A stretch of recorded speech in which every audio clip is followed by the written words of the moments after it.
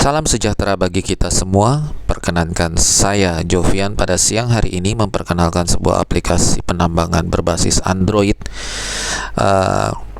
yang saya bangun sendiri menggunakan Java dan menggunakan teknologi C++.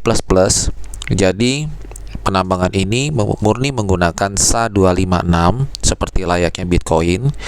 Kemudian lalu tidak menimbulkan panas yang berlebih. Untuk lebih jelasnya mari kita langsung lanjut aja masuk ke dalam aplikasi. Nah, untuk pertama kali misalkan Anda mau download ya. Ini alamat websitenya tertera seperti di situ, yaitu www.k-bytes.id. Saya sengaja menggunakan extension ID, tidak menggunakan extension seperti misalkan XYZ gitu ya. Karena saya harus menyerahkan ID saya ke penyelenggara domain provider. Tujuannya apa? Ini salah satu pernyataan dari saya bahwa saya bukan hacker.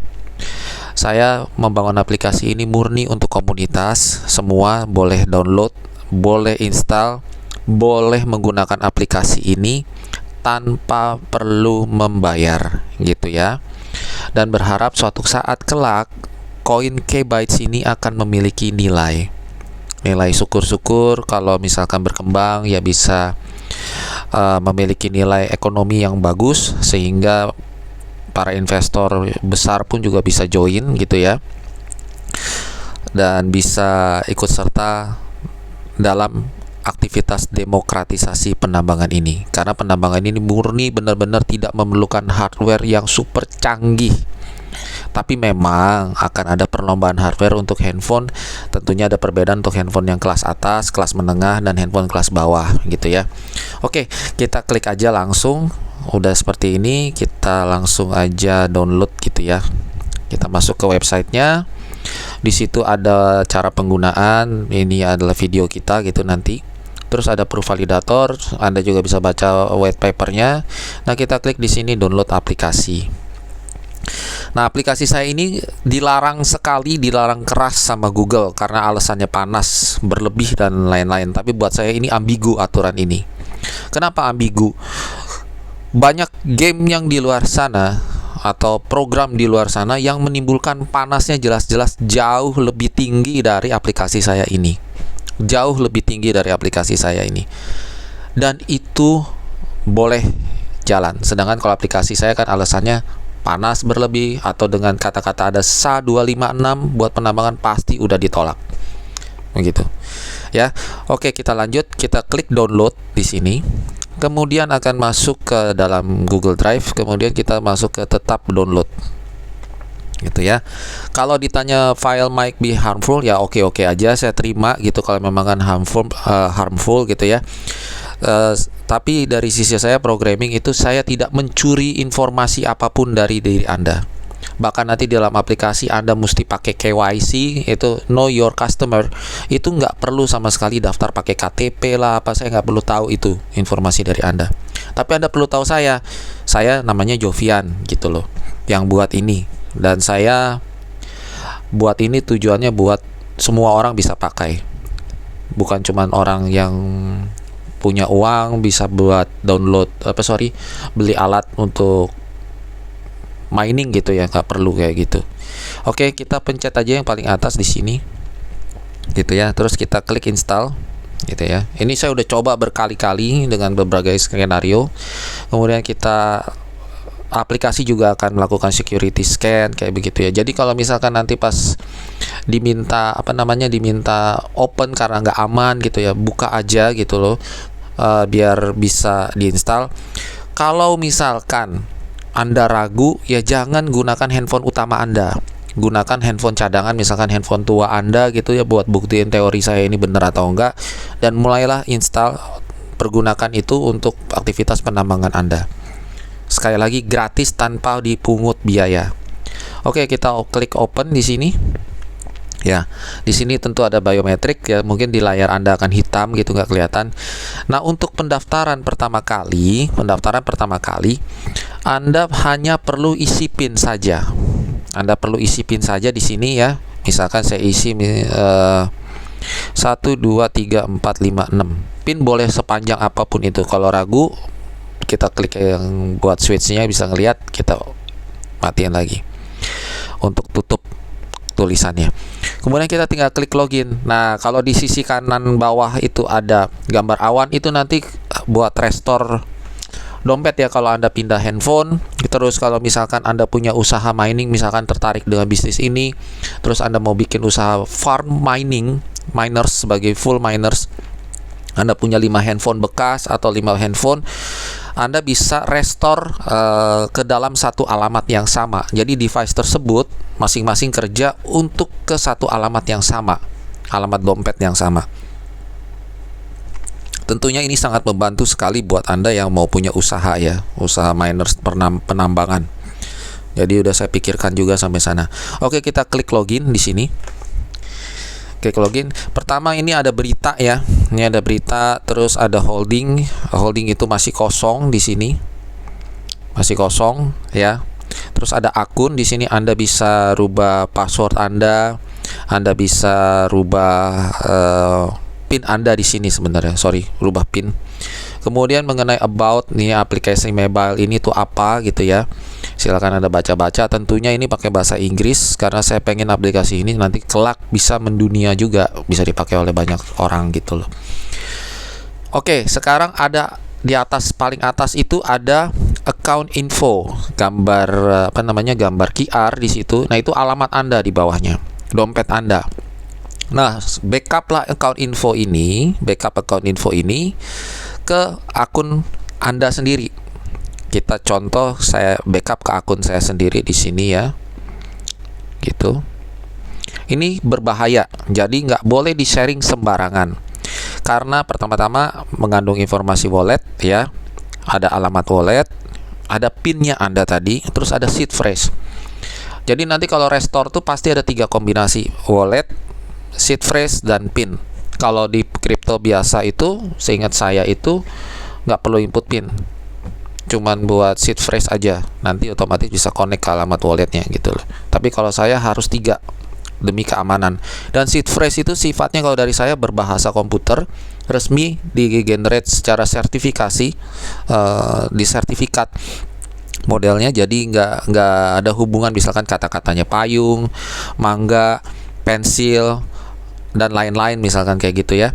Jadi ini benar-benar murni, tidak ada hubungannya sama sekali, dan komputer yang generate semua.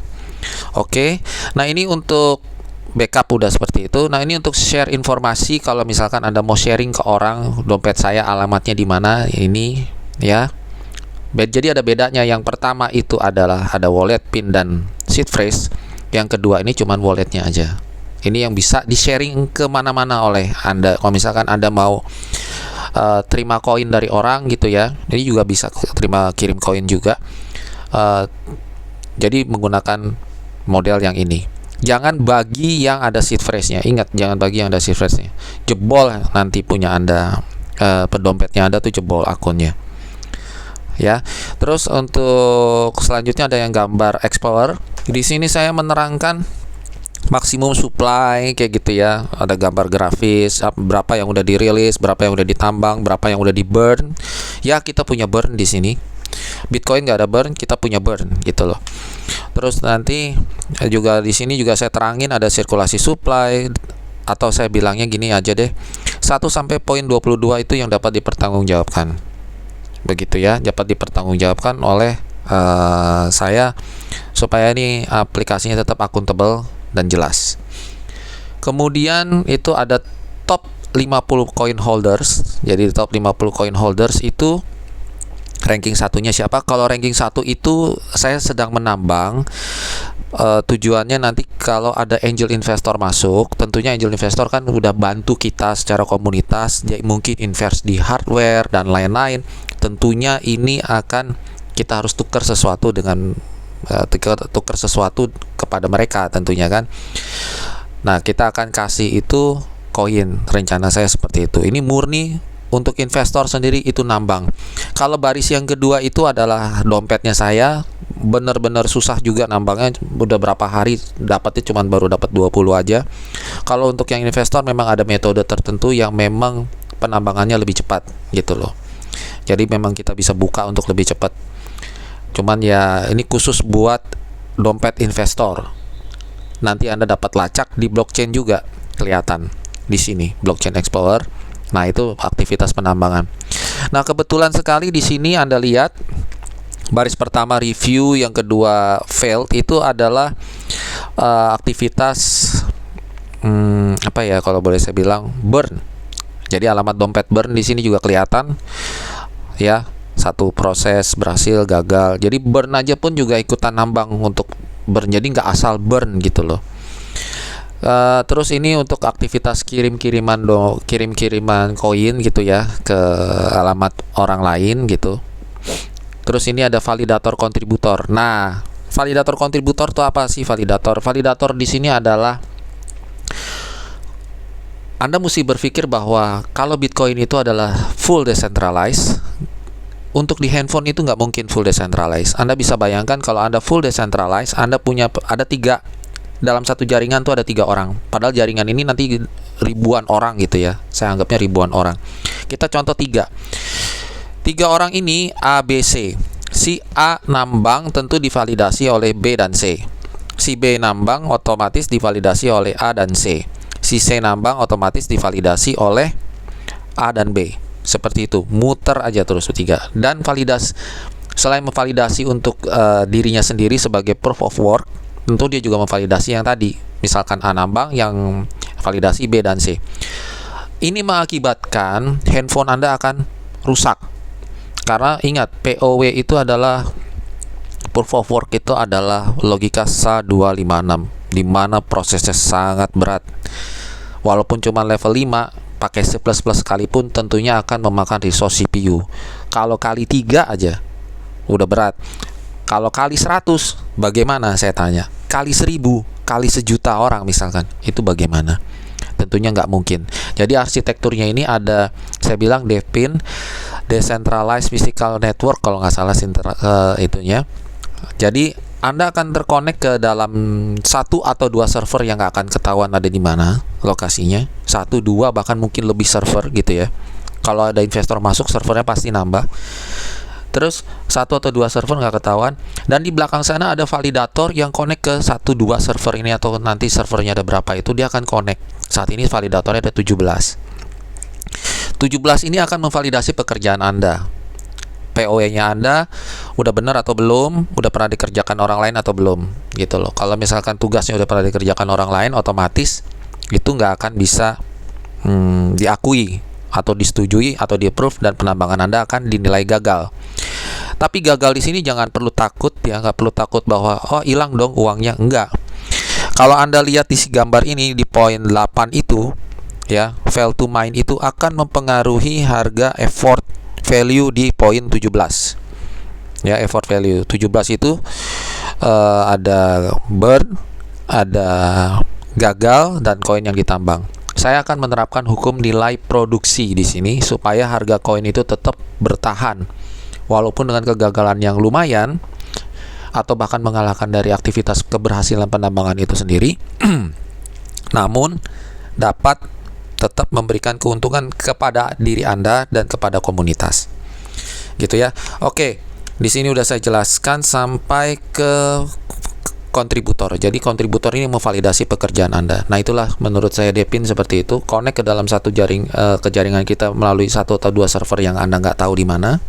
Kemudian kami akan memvalidasi dengan 17 komputer di belakang pekerjaan-pekerjaan yang udah Anda kerjakan. Gitu. Ini jauh lebih ringan, jauh lebih masuk akal dibandingkan dengan teknologinya Bitcoin. Karena kalau teknologinya Bitcoin itu memang udah top notch-nya banget, udah luar biasa, nggak mungkin Anda kalahin. Nggak mungkin Anda kalahin. Wajar dia kalau jadi emasnya kripto, itu wajar sekali. Nggak mungkin Anda kalahin. Jadi saya menawarkan ini supaya kita bisa nambang di handphone. POW-nya tetap di handphone. Proof of work-nya Anda ketutup masing-masing handphone. Jadi nambang nih benar-benar di handphone masing-masing. Oke, kita lanjut ke aktivitas nambang ya. Ke aktivitas nambang, kita tinggal pencet gambar yang ini aja, yang tengah. Kita akan mining. Nah, ini aktivitas mining. Jadi jangan shock atau kaget kalau gambarnya masih seperti ini kosong. gitu. Kita akan baris ke gambar yang kucing dulu, paling atas. Di samping itu ada speed CPU. Jadi speednya Anda tuh handphone dinilai atau didapatkan secara murni dari aplikasi mendeteksi bahwa speednya sekian gitu ya. Core-nya ada 8. Memori yang dapat digunakan itu kurang lebih 2,6 GB. Nah, device core-nya adalah 100 sekian poin. Diwakilkan dengan di sebelah kanan ada bintang tuh. Diwakilkan dengan skor bintang. Jadi ada kombinasi dari sini, skornya Anda bintang 2 gitu loh. Ini handphone di Poco F2 Pro aja udah bintang 2 gitu. Jadi nanti ini ada perlombaan hardware gitu ya. Kalau hardware makin canggih makin cepat nambangnya gitu loh. Oke. Kalau Anda perhatikan ini SA256 suhu 39 derajat. Jadi kalau pada saat ini 39, jadi Anda sekalian perhatikan saja.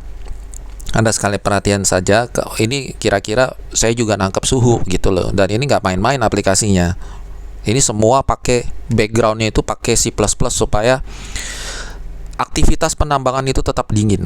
Oke. Nah, kalau Anda pengen lebih cepat nambangnya, otomatis saya sarankan pertama-tama ini khusus untuk penambang profesional ya, buat miners. Jadi handphonenya itu pasti begitu dia beli atau dia handphone bekas gitu, dia bongkar itu handphone belakangnya, dia colok-colokin kabel semua gitu ya. Ini kayak gaya-gayanya orang IT nih, colokin kabel semua gitu buat kabel baterai biar up terus gitu ya. Terus belakangnya itu handphone dibuka casingnya, terus dia taruh di ruangan pendingin yang benar. Barulah Anda bisa nyalain ini dengan tenang sebenarnya. Kalau begini aja sih tetap 40 derajat, adem. Karena apa? Pakai tadi C++. Kalau murni dari Java-nya Android sendiri, itu suhunya ini udah 45 derajat. Itu yang mungkin ditakutin sama Google, ketidakmampuan orang untuk bikin program ketika ditantang mengenai cara ngatur suhu yang benar gimana secara aplikasi biar bagus gitu ya. Nah, sekarang ini kita masuk ke suhu. Nah, itu suhunya ya turun naik seperti itu ya. Nah, untuk lebih cepat Anda perhatikan gambar grafis merah ya. Kita sekalian aja biar Anda lihat secara live bagaimana ini bisa jalan gitu loh. Kita pakai di bawah bintang tuh kita pump. Ini khusus buat opsi yang profesional, tapi kalau saya kan udah tahu caranya gimana, dalemannya gimana, jadi saya pede aja. Kita pump, kita naikin. Nah, tentunya ada pemberitahuan ya, danger apa segala macam. Memang ini bahaya kalau memang Anda bukan orang yang ngerti hardware, terus bawaannya mau serakah, terus nggak ngerti suhu. Walaupun saya udah kasih tahu suhu tapi maksa ya. Kalau handphonenya rusak ya jangan salahin saya gitu loh.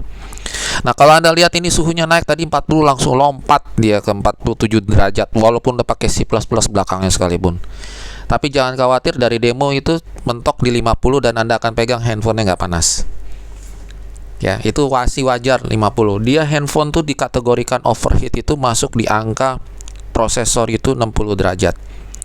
Jadi kalau Anda di grafik ini keterangannya itu C, itu artinya menandakan deteksi CPU itu adalah menggunakan suhu dari prosesor. Kalau nanti deteksinya B itu menggunakan suhu baterai gitu ya. Oke. Ini baru SA level berapa ini? SA level 4. Ya, kita lanjut ke lampu. Lampu ini untuk meredupkan cahaya. Kalau Anda pengen tinggal biar irit energi gitu ya, bisa diredupin cahayanya. Jadi jangan bertanya ada backlight nggak Pak, ada tema gelap nggak, dark theme ya, kalau saya bilang dark theme gitu, nggak ada. Saya demennya putih terang gitu loh.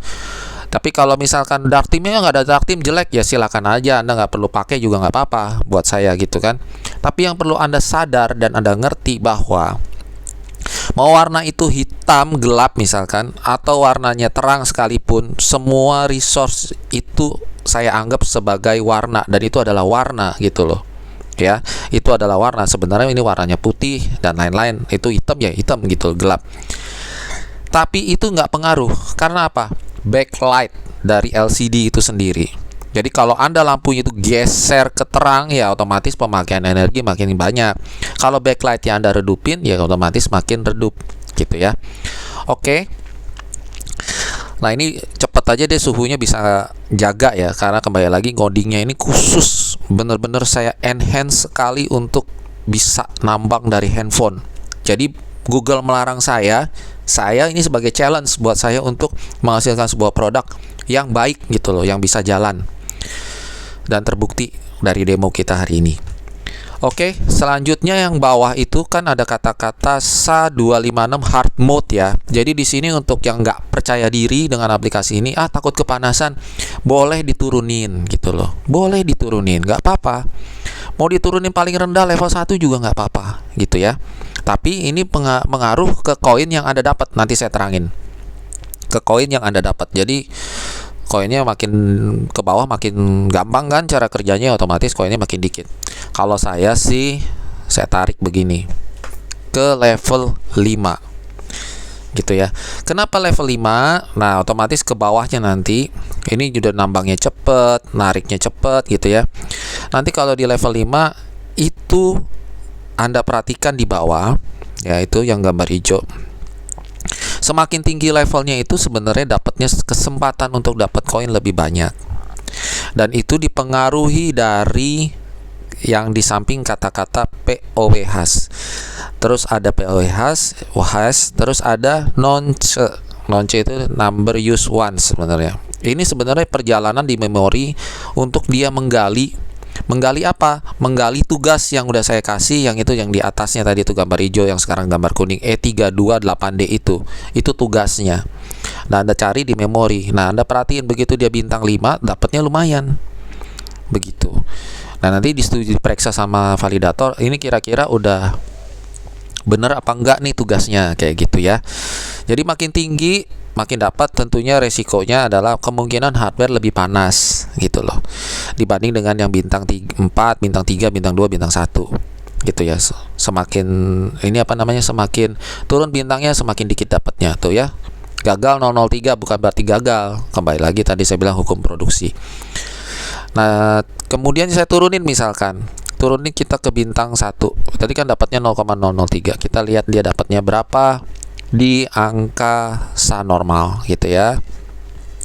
Sebentar, sabar, karena ini butuh koneksi waktu.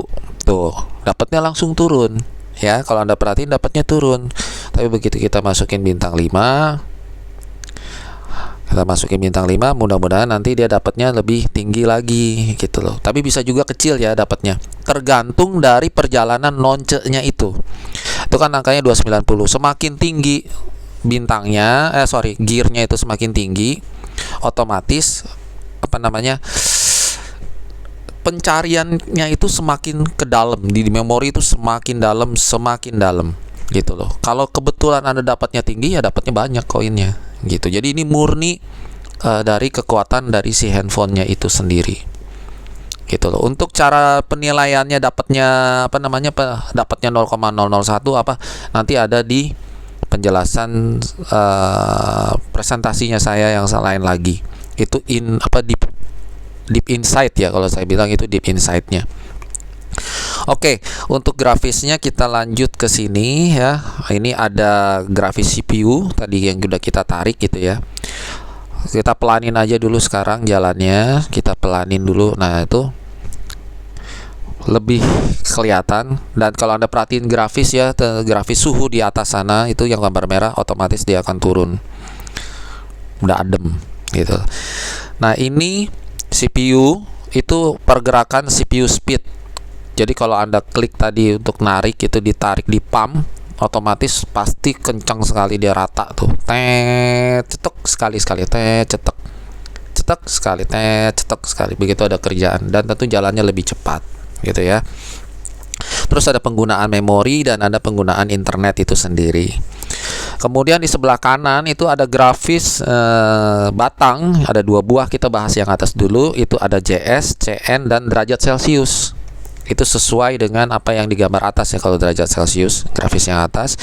Kemudian kalau grafis JS ini kayak lahan. Jadi kan ceritanya Anda nih nambang, Kalau misalkan nambang, otomatis itu akan dihadapin dengan yang namanya lahan. Lahan di sini itu sebenarnya tuh penggunaan sertifikat tugas yang sudah digunakan selama ini. Jadi udah kurang lebih dari stok itu ada 65% itu udah dipakai gitu ya. Terus jadi Anda itu kurang lebih sisa di angka 30%, nanti dia akan rilis baru, tugas baru gitu loh. Kemudian kita akan masuk ke CN. Nah, jadi koin ini ya Kbytes ini nggak dicetak dengan angin gitu loh. Kayak misalkan saya mau cetak setiap 10 menit 25 berapa, misalkan 25 Kbytes misalkan, atau 50 Kbytes setiap 10 menit. Terus setiap 4 tahun sekali nanti dipotong, misalkan kayak itu dipotong separoh jadi 25 Kbytes, terus 4 tahun berikutnya 12 Kbytes misalkan kayak gitu ya. Enggak. Ini hukum supply dan demand. Jadi kalau misalkan banyak yang nambang, otomatis kita akan cetak baru di angka 0,9 koin. 0,9 koin. Kalau permintaannya tinggi sekali dan buffernya udah nggak sanggup, otomatis dari sistem kemungkinan akan lepas 10 koin. Tergantung dari kebutuhannya orang aja. Dia ngikutin sendiri, nanti bisa adjust sendiri. Kemudian untuk yang bawah itu grafisnya itu adalah grafis pendapatan kemarin, karena ini adalah akun baru jadi pendapatan kemarinnya kosong. Kemudian pendapatan hari ini yaitu diwakili dengan huruf T, pendapatan kemarin itu diwakili dengan huruf Y, pendapatan hari ini itu diwakili dengan huruf T. Kemudian T itu dari taken ya kalau nggak salah. Terus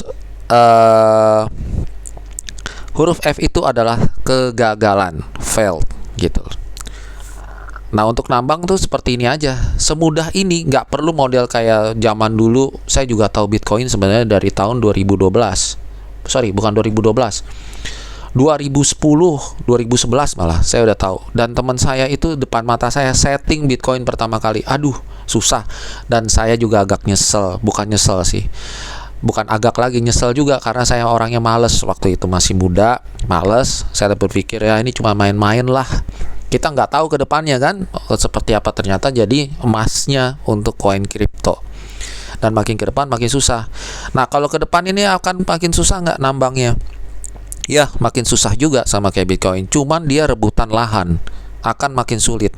Jadi kalau misalkan sekarang masih kelihatannya gampang, masih murah, ini aja udah kelihatan ada failnya kan. Kalau Anda perhatiin grafis di kanan bawah itu, failnya udah cukup lumayan deh.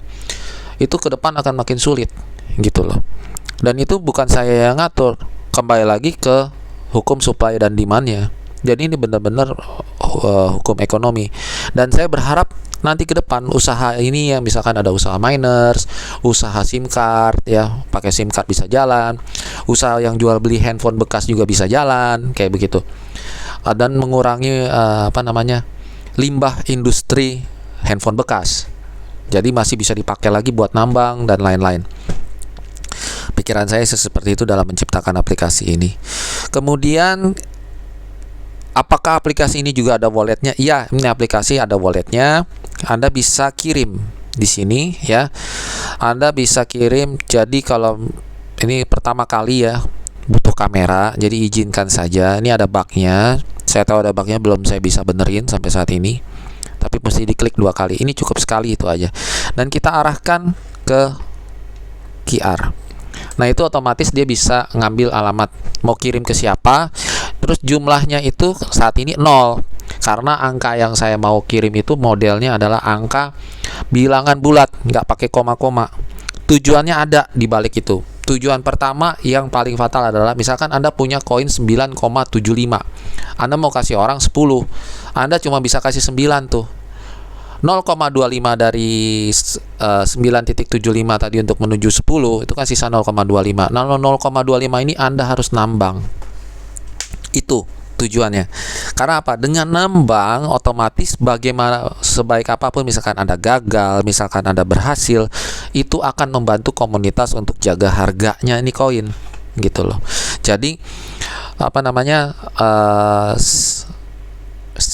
supaya saya pun juga mengalami hal yang sama, angkanya itu harus bulat gitu loh. Dan saya akan nambang supaya kita bisa jaga harga koin itu stabil gitu ya. Itu yang pertama. Yang kedua, mengurangi resiko salah. Mengurangi resiko salah dalam proses pengiriman. Pernah nggak Anda kirim nolnya ngegelinding 1? Untung ngirimnya ke akun sendiri. Saya udah pernah kayak begitu. Mau beli Bitcoin misalkan dari exchange, mesti diketik kan 0,0000 sekian gitu kan harganya kalau mau pakai limit order ya kalau nggak salah. Aduh, susahnya sampun ampun. Nanti udah gitu udah ngetiknya lama, telat pula. Ya itu kan udah lebih parah lagi kan. Nah kemudian setelah saya pikir-pikir, akhirnya kita pakai bilangan bulat dengan alasan yang tadi supaya nambangnya lebih bagus. Kegagalan ataupun keberhasilan itu pun juga akan membantu komunitas. Kemudian kita setelah ini kita klik send, gitu aja sih kalau saya. Nanti otomatis dengan alamat yang akan dikirim gitu ya. Kita klik no aja dulu di sini karena nggak ada dananya juga percuma gitu ya. Nah nanti dia keluarnya dari mana? Klik send ini selain tadi keluarnya bisa di history, muncul di history, kemudian secara blockchain juga kecatat di sini. Ini di sini keluar nanti jadi satu gitu ya. Terus juga bisa keluar di sini nih ada alamat sender, receivernya. Otomatis di sini saya agak encrypt sedikit supaya nggak kelihatan alamat masing-masing orang. Tetap ngandalin konsep anonimus ya bilangnya ya. Jadi anonimus supaya tanda petik tidak kelihatan 100% gitu loh. Dan saya nggak punya hak juga buat buat mengetahui informasi Anda juga, saya juga nggak perlu tahu lah. Itu udah urusan masing-masing. Tapi ingat ya, saya bilangin, kalau ini dipakai buat judi, Anda ditangkap polisi, itu urusan Anda. Saya bikin ini buat komunitas supaya bisa berbisnis yang sehat. Terus anggaplah koin ini bukan sebagai alat tukar atau pengganti rupiah atau pengganti USD dollar misalkan, atau pengganti mata uang fiat. Tidak. Ini adalah hasil produksi. Jadi ini adalah komoditas gitu ya. Itu perlu diingat sama Anda gitu. Oke, ini aja sih video dari saya mengenai aplikasi penambangan. Sisanya Anda bisa download seperti yang tadi, terus Anda coba-coba sendiri. Kembali lagi, nggak perlu takut kalau misalkan anggap nanti dibilang ini hacker apa segala macem lah yang negatif-negatif. Anda bisa kontak saya langsung. Nih nomor saya nih, saya kasih dari omongan 0818 678 818. Kalau Anda bilang nomornya bagus, itu sengaja saya cari dan saya beli supaya kita bisa bisnis, biar kalian gampang diingat. Dan software yang didapat hanya dari tadi alamatnya itu di www dot atau titik kilo ya, terus simbol minus Bravo Yankee Tango Echo Sierra dot Indonesia atau India Delta kbytes.id k-bytes.id. Itu alamatnya. Jadi software yang asli cuma bisa dapat dari situ. Di luar itu jangan, justru itu bisa jadi aplikasi saya sudah dipalsukan. Walaupun kalau misalkan ada hacker misalkan mau ngetes hack, ya secara komunitas silakan aja coba dibuka. Bisa nggak? Kalau misalkan dibuka, cari string-string rahasianya, cari nama server rahasianya ada di mana, semuanya udah saya encrypt semua. Kalau misalkan berhasil nembus sampai situ, Anda bisa nembus sampai ke dalam jaringan kita, terus nembus ke dalam database-nya, ya Anda luar biasa. Kalau saya sih, ilmu saya kan ilmu bertahan. Saya juga udah coba partisiin masing-masing sedemikian rupa supaya nggak bisa ditembus. Jadi kalau untuk komunitas Indonesia misalkan ada hacker gitu ya, ya kita sama-sama lah bangun ini aplikasi jadi lebih baik lagi. Tolong kasih tahu saya gimana cara ngehacknya, biar saya bisa memperbaiki terus, mengeluarkan dan merawat aplikasi ini jadi jauh lebih baik lagi demi komunitas kita bersama, terutama komunitas kripto di Indonesia. Saya pengen lihat maju, aplikasi ini maju, dan aplikasi ini kelak dapat membawa berkat buat kita semua. Akhir kata, saya ucapkan banyak terima kasih sudah dikasih kesempatan, udah mau dilihat aplikasinya, udah mau ditonton demonya, kemudian udah dengerin saya selama 35 menit ini ke depan ya. Sekali lagi terima kasih, dan semoga berkat selalu melimpahi kita semua. Amin. God bless, dan sampai jumpa lagi di video selanjutnya.